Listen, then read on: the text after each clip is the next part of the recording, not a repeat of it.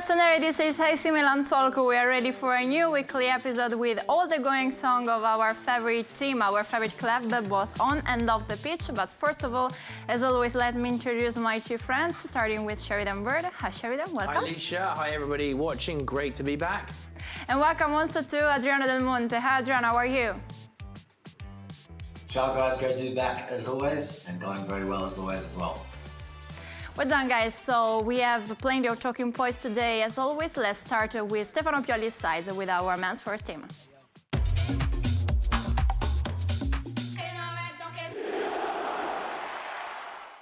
Our Rossoneri didn't have the lucky performance on Saturday night against Bologna. Nevertheless, they showed some great skills and plenty of determination. But first of all, I would like to focus on what happened on the 60 minutes of the clash between AC Milan and Bologna, as the match came to a momentary standstill, showing and echoing the Rossoneri stand against discrimination. Among the 71,000 of attendees, every single fan actively participated to the initiative, switching on their torches on the smartphones, and this act accompanied the projection of a very important and significant quote by Martin Luther King on the green screen. So a very important, significant moment during the 90 minutes, Sheridan.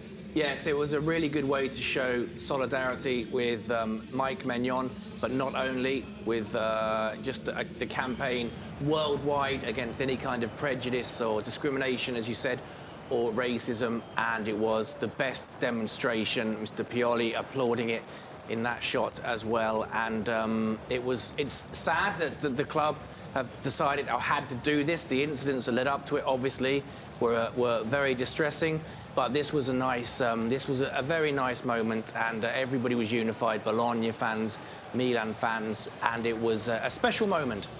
A special moment, Adriano, and a special message.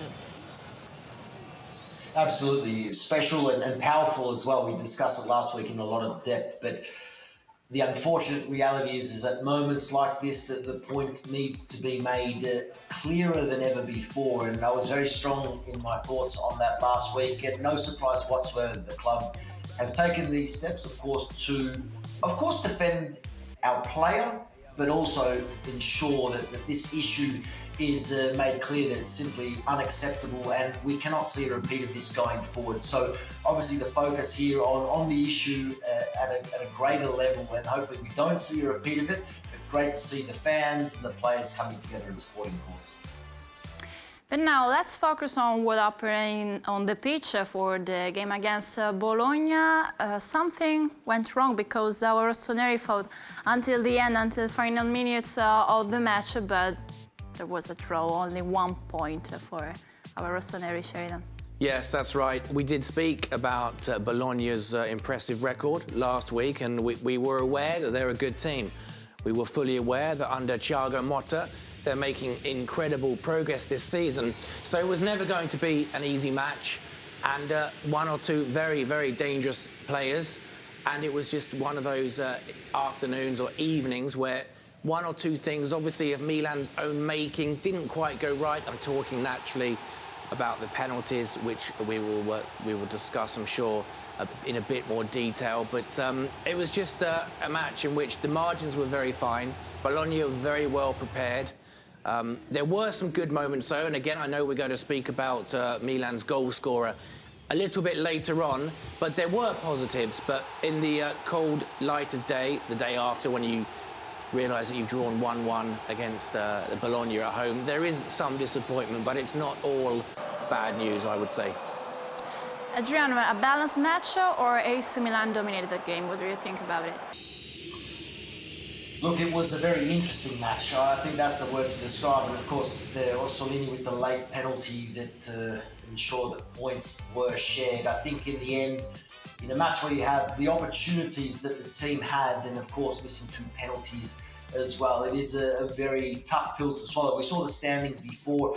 Of course, at the moment, well and truly clear in 3rd place. Of course, a lot of distance between 3rd and 4th, but dropping a couple of points there won't help maintaining the pace with Inter and Juventus in the top two places. So I think disappointment in the end, irrespective of the positives, irrespective of some of those positive individual performances. But still, look, in the end, against a really strong opponent who, again, as Sheridan and I, as we discussed last week, an opponent who not long ago were really dreaming of a top four finish, so an opponent that had to be respected. But look, they need to respond, and of course, another tough test awaits this weekend. But I think in the end, it is a lot of disappointment and hopefully a response in the next few days.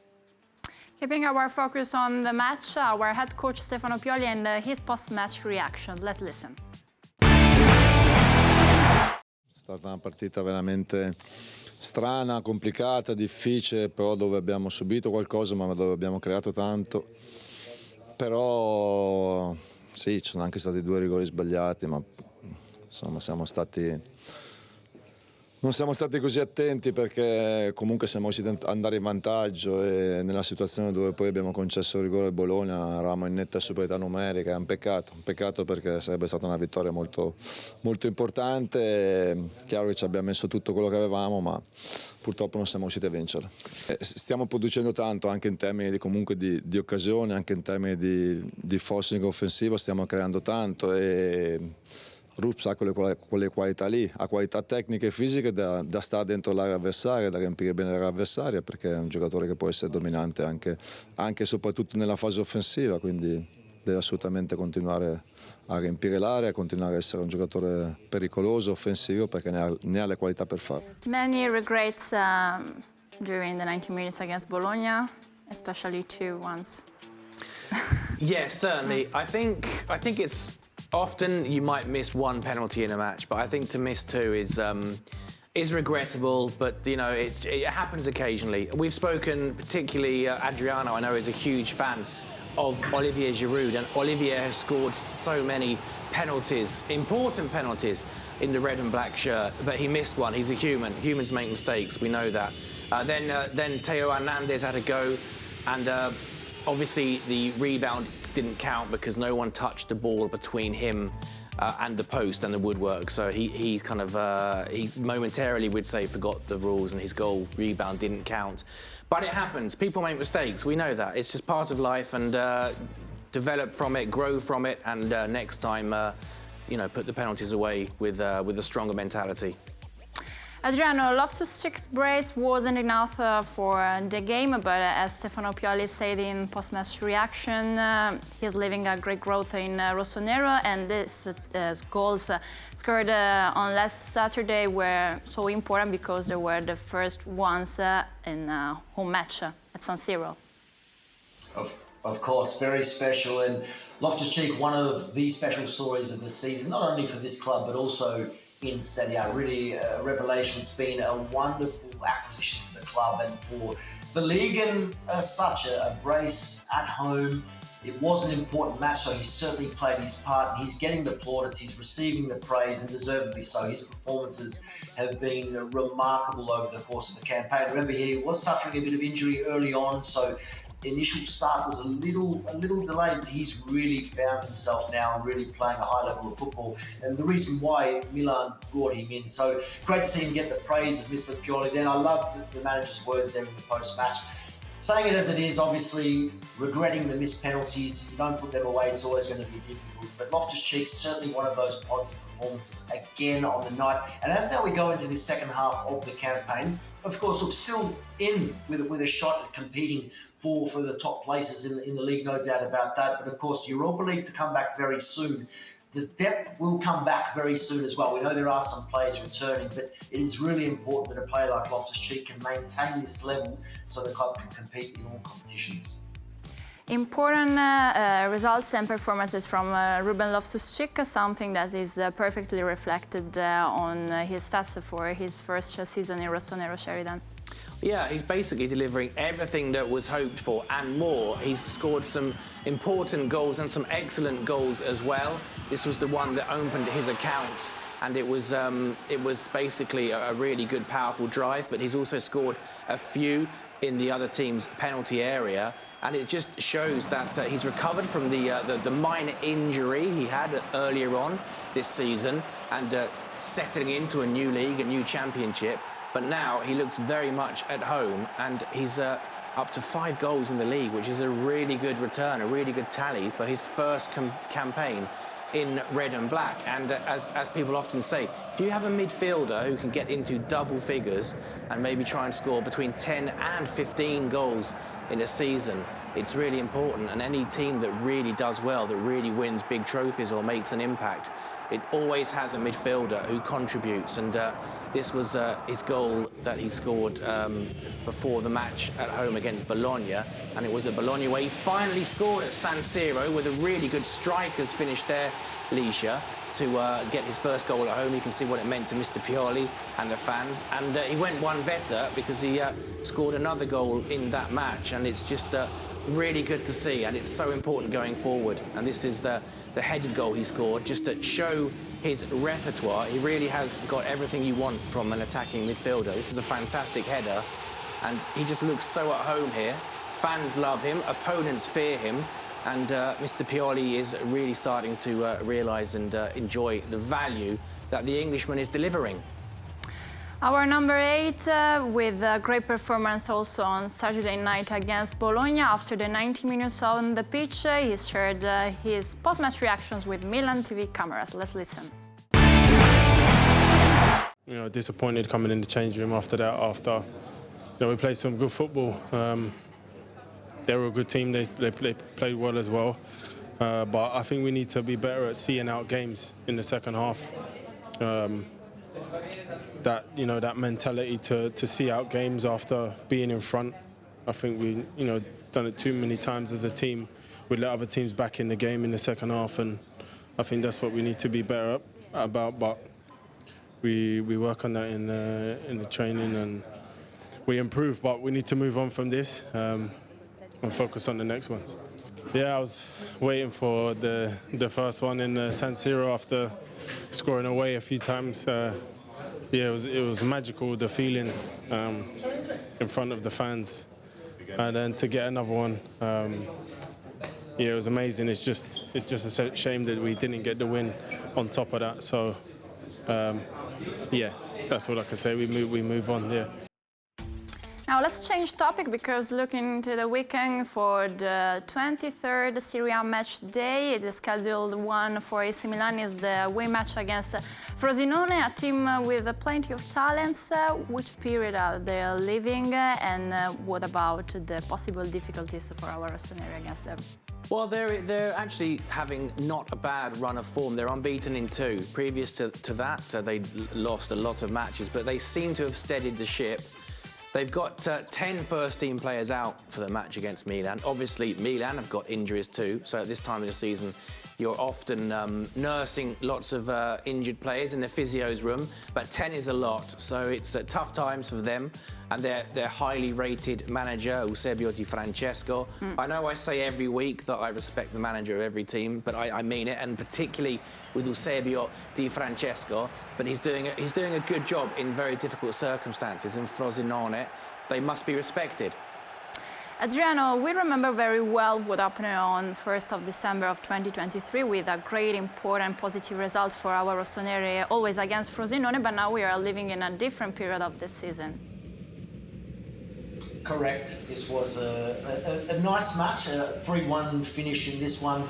And the players, the squad will take confidence from that. But this is a Frosinone team who, yes, Sheridan's correct, there are without a couple of strong players in that squad. But this is a team who have been very, very strong at home and have been very tough to beat. So they certainly, as every team must be respected away from home. And of course, Milan needing to respond from the result last weekend. Di Francesco with a lot of experience, knows exactly what it takes to compete with the very biggest and best right across Europe. So this will not be an easy one against a team with some players in really strong form, particularly goal-scoring form as well. But look, Frosinone have proven they can concede, and we've seen they can see 41 goals conceded. A lot of them coming in the second half. This is a team that if you do get in behind, there will be chances. The difference, unlike the Bologna game, must take those chances, and I think there will be 3 points up for grabs here, which will be an important 3 points again to maintain the pace with the top two, who of course will meet this weekend as well. So a big opportunity for Milan to close that gap between Inter and or Juventus in the top two. Well done. That's all for Stefano Pioli's side. And now let's move on with our women's team.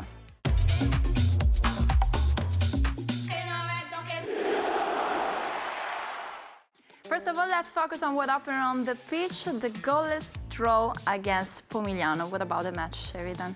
It was a bit frustrating, I have to be honest, because after the recent positive strides that the ladies had made, it was a goalless draw, which is, regrettable, and one or two moments where Milan weren't quite clinical enough. But it must be said that Pomigliano is a really tough place to go. Now, you might look at the table and think that that's nonsense, but they are at home, they're very competitive, they're very streetwise. It's not an easy place to go and to dominate them. So it was a tough match. They had a plan, and their plan worked. They frustrated Milan. Milan's key players weren't quite able to really get things going. Milan had the lion's share of the chances. You know, they produced more than their hosts down in the region of Naples in the sunshine. But it just wasn't to be, and they fought so hard, Pomigliano. They really did battle for every inch, and you have to give them credit for that, and just say that Milan perhaps could have just been a bit sharper. That was Valentina Bergamaschi, Captain Berga, with a decent effort, but went over the bar, and it was just a frustrating afternoon, as I previously said. But Pomigliano, they're a really awkward customer, so there shouldn't be too much regret. Adriano, after Pomigliano, then the next fixture, a tough fixture, the one against Fiorentina, the team that is now sitting in the third place of the table. What should we expect? Well, another tough match, but again, as we know, we are running out of matches as we get towards that cutoff in the season, the breakaway between the championship group and the relegation group. So yeah, as were Pomigliano, but another opponent where a result is an absolute must just to maintain that pace. We saw the results from the last match day, Sassuolo picking up a really important win away to Como. So that just puts the pressure on this. There is 3 or 4 clubs chasing that 5th spot, that all-important 5th spot. So look, Fiorentina, certainly they're in with a chance of really competing for the top positions. They have Champions League dreams for next season, but with a lot of pressure on the side coming in. But look, another 90 minutes, another 3 points up for grabs. Sheridan, would you like to add something about the next game? Yeah, certainly. I think it's worth mentioning that Fiorentina are third place, as Adriano pointed out. And they're the team that are trying to break the stranglehold on the women's Scudetto of Roma and Juventus. And that, I honestly feel that should be Milan. Milan should be the team that are trying to get wrestle the title from, or give a really strong challenge to Juventus and Roma. It should be Milan. It hasn't been for various reasons, but now hopefully they're back on the right path with Davide Corti, as we saw a few moments ago, the new head coach or manager, if you prefer. So Fiorentina will be a tough match. They're the team, I think, the benchmark for Milan for this season. They're the team that are actually doing really well and pressurising the big clubs at the top. So it's going to be a difficult match, but a victory, a positive result against the Viola would be a really good positive sign for the new Rossonere. And talking about the new Rossonere, good news for them. We're talking about new signings because Nadia Nadim joins AC Milan club. She is 36 and she plays as a center forward. She was born in Afghanistan, but she also the Danish citizenship. So welcome to Nadia. Adriano, I would like to start with you for a comment on her and this new player among our Rossonere. Of course, I know of Nadia Nadim very, very well, and I can tell you at any level of football, anywhere around the world, she is one of the most incredible stories. We could dedicate a whole program to who she is, what she's done, where she's been, and what she's gone through to get to where she is. But as a footballer, a very, very talented footballer, has played, has had success all across the planet. She's won a title in the US, won a title in France at Paris Saint-Germain recently. a player full of quality and full of experience. You mentioned 36, but 36 years young, offers a lot, and hopefully can be the signing to get this team back into that top five. So really excited to see how she fares in these early stages of her Milan career. Also because Sheridan, she traveled a lot during her career. She played for Portland, Manchester City, Paris Saint-Germain and many other. So she also is a key figure of the Danish national team, a very important figure for our Rossoneri. So. Absolutely, she's very cosmopolitan, very well travelled. She's a polyglot. I think she speaks 8 or 9 languages, so she'll be able to communicate with everybody in the dressing room. I'm sure in about 3 weeks she'll be speaking perfect Italian. If she doesn't already, she'll just add something to the training ground. She's a winner as well, and I think you want to have people like that in your squad. You want to have people like that in the organisation, and she'll be very welcome on and off the pitch, and the future's bright. And with this really important addition, I think it's all steam or full steam ahead for the Rossoneri. Now let's continue with Nadia Nadim to relive her first moment at Casa Milan in Rossonero. Let's listen. Super excited to be here. You know, it's AC Milan. It's a legendary club, and being a part of it, and you know, seeing how everything's working around, meeting the people is amazing. AC Milan has such a weight to it when you say it. Some of the best players in the world has played here, and then you know, having the opportunity to play here, play to Italy, which is really new for me, excited me. I'm always keen to start new adventures, to learn, and I think this adventure will give me that opportunity. My role is just being myself, open and be me, and also be curious about other people and their personalities. Usually that's never a problem to bond with the players on and off the field. And in terms of what my impact's going to be, I want to be a part of the team as soon as possible. I want to help the team to achieve their goals on the field and outside the field. You know, being one of the more experienced players who has a lot of international games in my luggage. I hope that I can help the younger players to develop, so we grow together to achieve the goals that we as a club or the club has. I know a lot of the players, some of them better than the others. Also know Asllani, a big admirer of her. I think the way she plays amazing, and excited to play with her because I actually played against her once, or played against AC Milan. So, but yeah, and generally there's a lot of players that I'm looking forward to bond with on the field. Yeah, I graduated as a doctor 2 years ago. A proud moment for me and my family. It wasn't an easy journey, but there's a saying where there's a will, there's a way, and that's literally the motto of my life.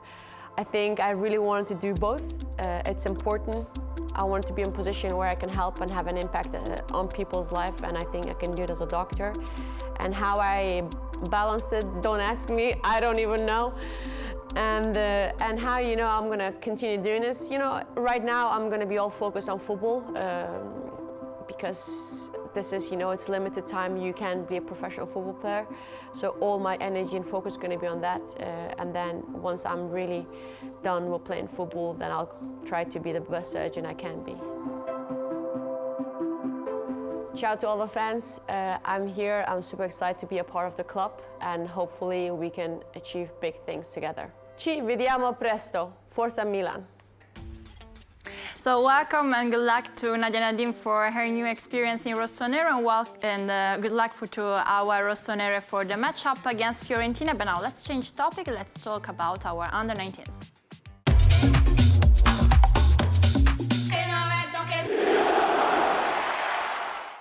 A golden straw also for Abate's side, the one against Roma, but considering that it was a difficult one to take, it's a good result. Now they are completely focused on the next match, the one against Cagliari. Sheridan, a summary comment.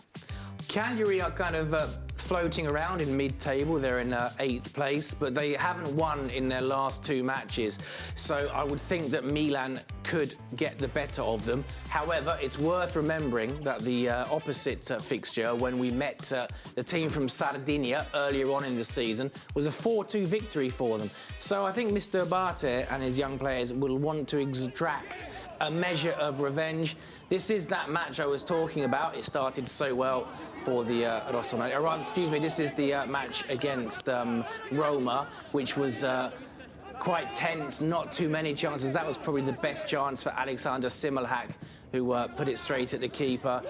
It was a tense match. I think both sides, as the match went on, were more determined not to concede a shock goal or a late goal. It was actually the second match of the weekend I did a commentary on, which was 0-0, including the women. So I was desperate for a goal in one of these matches, as were the fans and as were the team. But it just didn't quite happen. Adriano, a little comment on the match against the Giallorossi and then your expectations from Cagliari. Firstly, I must say, fine commentary by Sheridan, as always. Well done. But it's it's a tough time, which we've discussed each and every week in recent times. Of course, so many of these players transitioning to the first team, coming on and off the bench for Mr. Pioli, Mr. Abate without them. So, look, it is going to be tough, but what's most impressive is that the results are still coming. Against Roma, another strong team, they're still right up there in the standings. And of course, with Cagliari, despite them not being in form on their own right, they are a team that are having their issues, but certainly still up there as well. And some quality across the board in the country at youth level. So, look, another challenge this weekend. We are getting closer to my favourite competition, Sheridan, the return of the UEFA Youth League. And look, every minute is valuable for these players going forward. It's valuable for the manager. It's valuable for everyone involved in the Primavera setup. So, look, hopefully they can respond and pick up a win. And look, hopefully in the not too distant future, for the sake of some first-team players returning, Mr. Abate's young men could be back at full strength as well very soon. Well done, guys. So with the focus on our under-19s, we come to the end of this episode. Let me say thank you to my two friends. Thanks to Adriano Del Monte. Bye-bye, Adriano. See you next week. Bye-bye, Licia. Bye-bye, Sheridan. See you next week. And thanks also to Sheridan Bird. Have a nice weekend, Sheridan. Thank you. You too, Licia. Thanks to everyone for watching, and hopefully we'll have Adriano back with us soon in person. Adriano, we are waiting for you. Dear Rossoneri, thanks for following us and see you in the next episode of our AC Milan Talk. Ciao!